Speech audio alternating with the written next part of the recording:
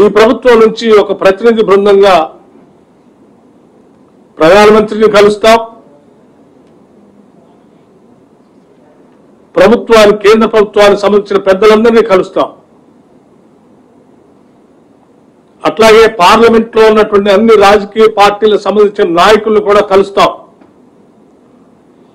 వారందరి మద్దతు కూడా కూడగడతాం, వారందరి సహకారంతో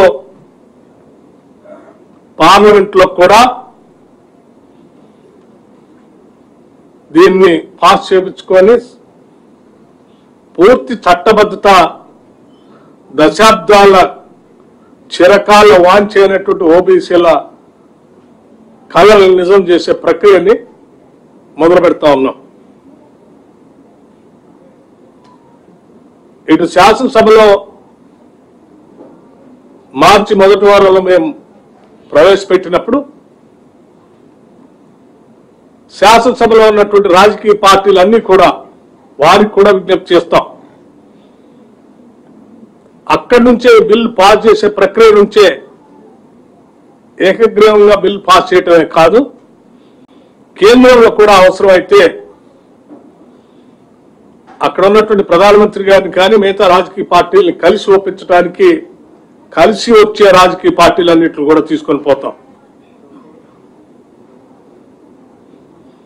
అంతిమంగా మా అందరి ఆలోచన రాష్ట్ర ముఖ్యమంత్రి రేవంత్ రెడ్డి గారి నాయకత్వంలో ఈ కేబినెట్ యొక్క ఆలోచన దశాబ్దాల ఓబీసీల చిరకాల వాంఛైనటువంటి 42% రిజర్వేషన్ ని స్థానిక సంస్థల్లో తీసుకొని రావటం అనేది, అందించడం అనేది మా అందరి ముందున్నటువంటి బలమైన కోరిక, లక్ష్యం కూడా.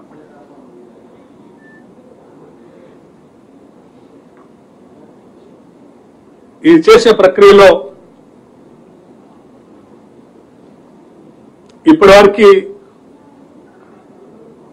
మాతో సహకరించినటువంటి వాళ్ళ ధన్యవాదాలు. ఓబీసీల లక్ష్య సాధనలో ఈ ప్రభుత్వం చేస్తున్నటువంటి ప్రయత్నాన్ని, అడుగుల్ని మద్దతిస్తూ ఓబీసీల కోసం సహకరిస్తున్నటువంటి వారికి ధన్యవాదాలు కూడా తెలియజేస్తున్నాం.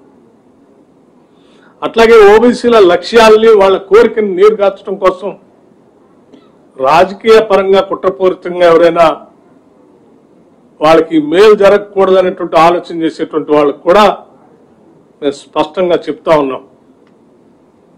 సమాజంలో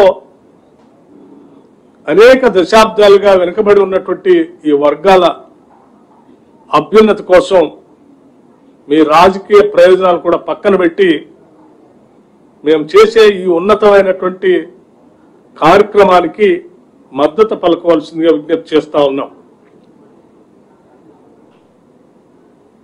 దీంట్లో